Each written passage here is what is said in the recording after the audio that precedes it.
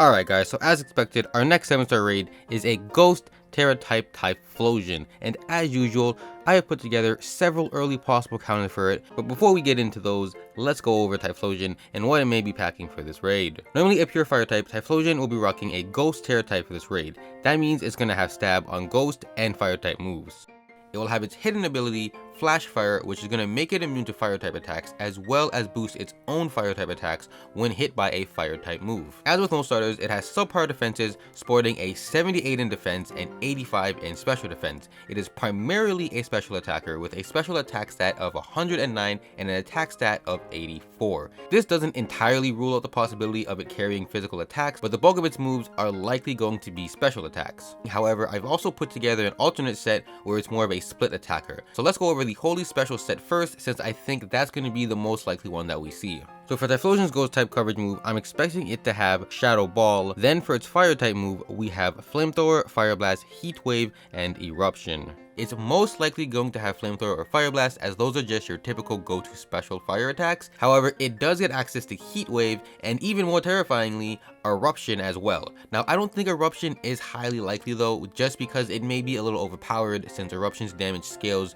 with the user's current HP level, and given raid bosses have a ton of health, Eruption would be doing massive damage at the start of the raid. So for that reason, I don't highly expect Eruption, but thematically it could fit with Typhlosion. So I mean, if it does have Eruption, we may be in for a hell of a surprise. Next we have Focus Blast, which could be used to counter those dark types that I'm expecting most people are going to be bringing to the raid. And lastly, for its main moves, we have Extra Sensory. And for its additional moves, it could possibly have Sunny Day, Solar Beam, and Will-O-Wisp. Now, I want to say that it's highly likely that it's going to have Sunny Day, but Samurott also wasn't carrying Rain Dance, even though it would have worked perfectly for its set, especially since one of the best counters for Samurott was Blaze Breed Tauros. So yeah, logically Typhlosion should have Sunny Day. If it doesn't, I'll be confused, but it also won't be the first time Game Freak makes questionable life choices, so that's up in the air. Then next up, following Sunny Day, would be the obvious Solar Beam. Lastly, we have Will-O-Wisp, which I 100% expect Typhlosion to have because it fits in with the Ghost theming, as well as the fact that a lot of Ghost Pokemon already get Will-O-Wisp, so there's pretty good chance that Will-O-Wisp is definitely going to be one of its additional moves here. Now, as I said at the start of the video, there is a possibility Typhlosion is going to be a split attacker regardless of its awful attack stat. And if that's the case, I expect its moveset to be something along the lines of Shadow Claw over Shadow Ball, Flamethrower, Fire Blast, Heat Wave, or Eruption once again, Focus Blast, and Play Rough again, as well for those dark types that people are probably going to bring. And as for its additional moves, I'd expect Howl or Curse to raise its attack stat, Earthquake to go along with that raised attack stat, and of course Will-O-Wisp once again. Alright, so with Typhlosion's overview out of the way, let's hop into these counters. So because there's a good chance Typhlosion will either try to burn us with Will-O-Wisp or just try to get burn hacks off of its other fire type attacks, I think special attackers are going to be the way to go for this raid. And right off the bat, my mind went to Zoroark as one of the best options to use. Both Hisui and Unova Zoroark should be good here, but I think Hisui Zoroark is going to have the upper hand pre-Terra thanks to it being part normal typing. And so far, our Hisui Zoroark counter will actually be rocking a dark Terra type. This is going to be better over using Ghost, because with Ghost Terra, once you Terastallize, you're not only going to lose your immunity to those Ghost type attacks, but you'll now be taking double damage from them. For our item, we'll be holding a Shell Bell since we don't have any natural healing, and for our stats, we'll be running a Quiet Nature, investing 252 in HP and special attack, with the remainder going into special defense. With moveset, we have Shadow Ball, Dark Pulse, Nasty Plot, and Fake Tears. You'll want to use Shadow Ball until you Terastallize, and then once Terastallize, you'll of course want to start using Dark Pulses. Now, I'd advise starting the battle with a Fake Tears to drop Typhlosion's special defense by 2, then going for a Nasty Plot to raise your special attack by 2 as well. Once you have that set up, just start going for damaging moves. Now, the great thing about this set is that even if you don't have access to Hisui Zoroark, you can always build the exact same set on a Unova Zoroark. And the one bonus you're going to get from using a Unova Zoroark over Hisui is that you'll get that extra damage boost once you Terastallize and start using Dark Pulses. With that little factoid out of the way, let's move on to our next counter, Chi-Yu. Chi-Yu has great special attack and great special defense and will resist both Typhlosion stab types. For this one, we'll be rocking a Dark Terra type, holding a Shell Belt with a Modest Nature, 252 EVs in HP and special attack, with the remainder once again going into special defense. For our moves on this one, we have Dark Pulse, Snarl, a Nasty Plot, and Light Screen.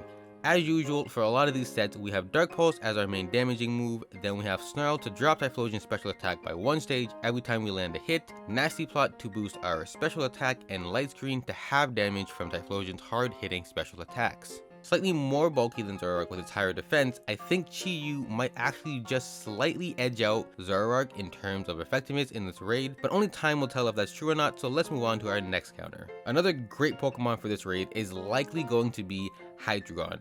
Like Chi-Yu, Hydreigon is going to resist both Typhlosion stab typings, and with it being a pseudo-legendary, it's definitely got the stats to hold up nicely against a 7-star raid. For this set, we have a Dark Terra type once again, holding a Shell Bell, building on a modest nature, investing 252 EVs in HP and special attack, with the remainder of course going into special defense. For our moves, we have a very similar set as Chi-Yu with Dark Pulse, Snarl, and Nasty Plot, but instead of Light Screen, we're going to be rocking Rain Dance, simply because Hydreigon does not get access to Light Screen. Now this set should play pretty much the exact same as Chi-Yu, except you'll only be able to weaken Typhlosion's fire type moves by using Rain Dance, but honestly Hydreigon has even better bulk than Chi-Yu, so that shouldn't be too much of an issue for you.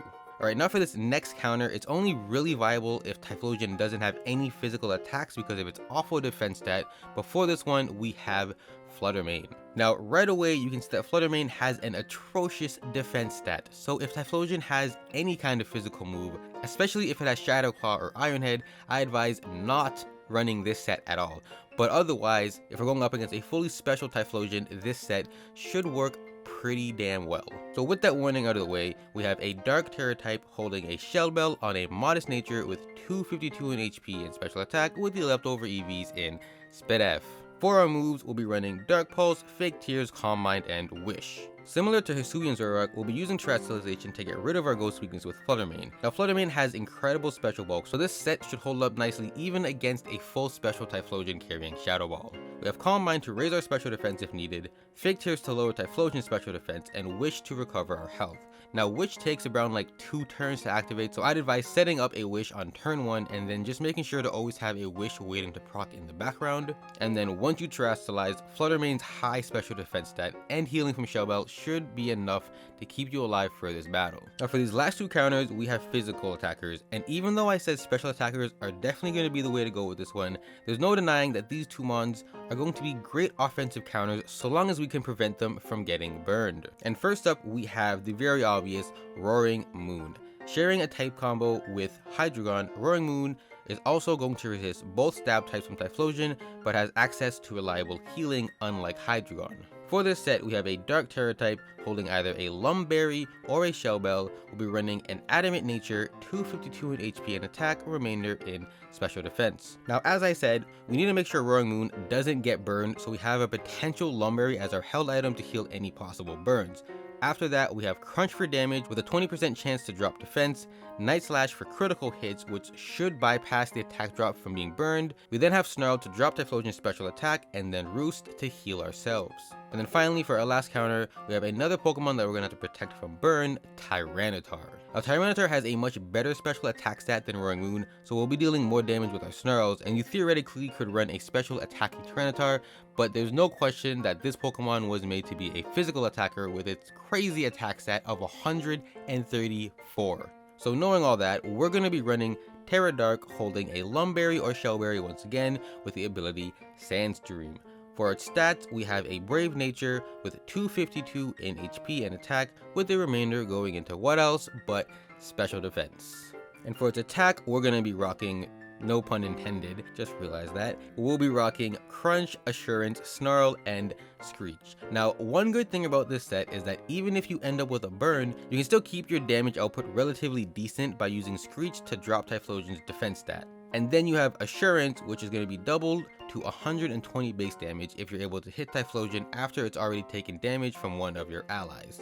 Now these last 2 sets are a little bit iffy because I'm pretty sure that Typhlosion is going to burn us one way or another, but these could be sets that work for people. I've seen crazier sets work for people with a Samurott raid, so these last 2 ones are definitely worth considering, but those first 4 special attackers that I put out there are probably going to be some of the best Pokemon for this raid. Anyways, that's gonna do it for this raid counter video, so hopefully you found something useful from it, and hopefully I can do an updated version with more streamlined sets once the raid drops and we learn exactly what moves Typhlosion actually has. With all of that said, I'm gonna get out of here, so consider dropping a like and subscribing if you enjoyed or found this video helpful, and be sure to let me know in the comments what sets you think are going to be good for this raid. Until next time, I'll catch you later.